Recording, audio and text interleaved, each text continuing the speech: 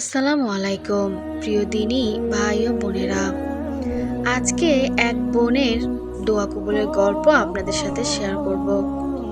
বোনটি যেভাবে দুঃখ, কষ্ট, হতাশা, দুশ্চিন্তার মধ্য থেকে কিভাবে দোয়া কবুল করিয়েছে এবং কি কি আমলের মাধ্যমে দোয়া কবুল করিয়েছে তা নিয়েই আজকের ভিডিও। আশা করি ভিডিওটি শুনে সবাই উপকৃত ও অনুপ্রাণিত হবেন ইনশাআল্লাহ। বোনটির বয়স দিনকে দিন বেড়েই চলেছিল, বাড়তে বাড়তে 30-এ যেয়ে ঠেকেছে।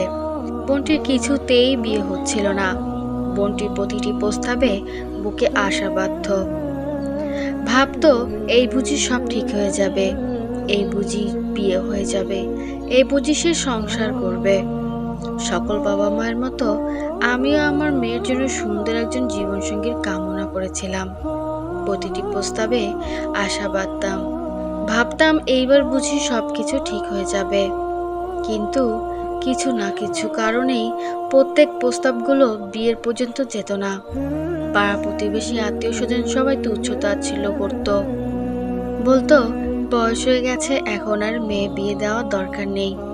সবাই হাসাহাসি করত, কেউ আমাদের পক্ষে কখনো কথা বলতো না।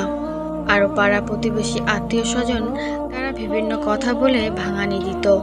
আবার অনেক সময় প্রস্তাব আসলেও তারা দেখে যেত, বাড়িতে যেয়ে হয়তো না করে দিত, হয়তো বা আমরা নিজের থেকেই প্রত্যাখ্যান করে দিতাম। কি হতো না হতো কিছুই বুঝতে পারছিলাম না। সময়ের সঙ্গে সঙ্গে এটা আমাদের জন্য অদ্ভুত এবং হতাশাজনক হয়ে উঠেছিল। মনের মধ্যে দুশ্চিন্তার কালো মেঘ জমেছিল। আমি ধীরে ধীরে হতাশায় নিমগ্ন হয়ে গিয়েছিলাম, অতল গহ্বরে ডুবে গিয়েছিলাম। জীবনের কোনো কুলকিনারা খুঁজে না পাওয়ায় নিজের অন্ধকারে নিমজ্জিত হয়ে যাচ্ছিলাম।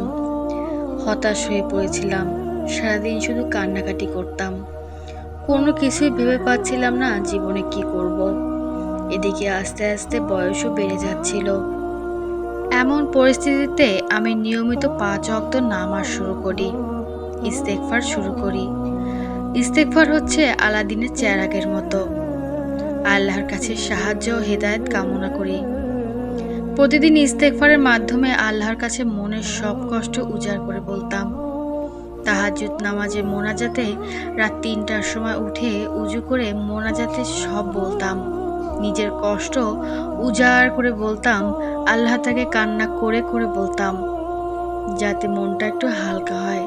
আমি আমার কষ্ট কাউকে বোঝাতে পারছিলাম না, কিন্তু আমার মা অবশ্যই আমার কষ্টটা বুঝতেন, কিন্তু কিছুই তার করার ছিল না। আল্লাহর হুকুম ছাড়া তো কিছুই নড়ে না, একটি গাছের পাতাও নড়ে না। আল্লাহ তাআলা যখনই হুকুম করবেন তখনই আমার জীবনসঙ্গী উত্তম রূপে আমি ফিরে পাবো। প্রায় 5 মাস ধরে ইস্তেগফার ও দোয়া চালিয়ে গেলাম। আমি নিজের মনকে ধৈর্য ধরতে বললাম এবং আল্লাহর উপর পূর্ণ আস্থা রাখলাম। তারপর একদিন সত্যিই অলৌকিক ঘটনা ঘটলো আমার সাথে, আলহামদুলিল্লাহ।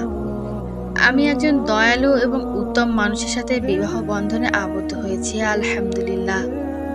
সেই মানুষটি আমার প্রত্যাশার চেয়েও অনেক বেশি, অনেক উত্তম ছিল। এখন আমরা সুখী দাম্পত্য জীবনযাপন করছি, আলহামদুলিল্লাহ।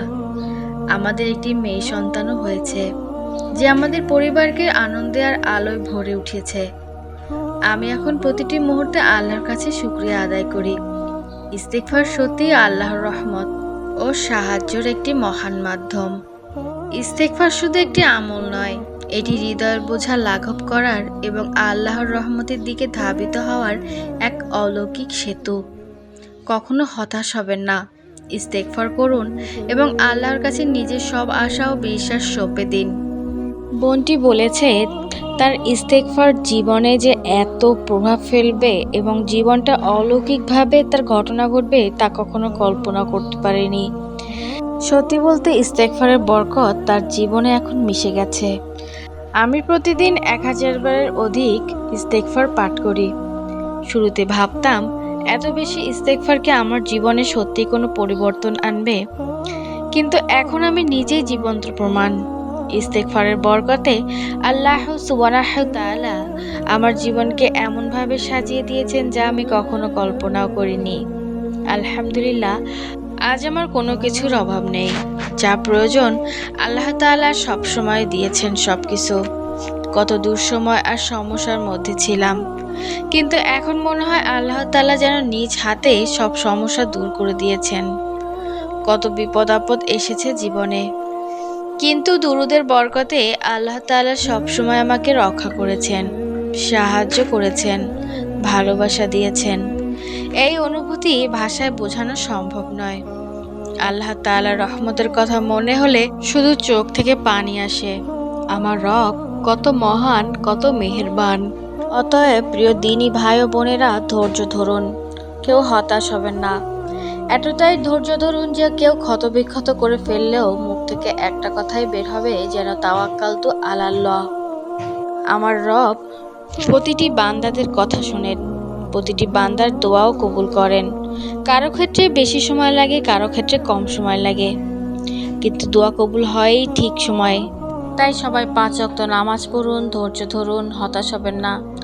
আল্লাহ তাআলা আপনার সবার মনে নেক আশা কবুল করুক, সবারকে 5 ওয়াক্ত নামাজ পড়ার তৌফিক দান করুক, সবাইকে নেক হেদায়েত দান করুক।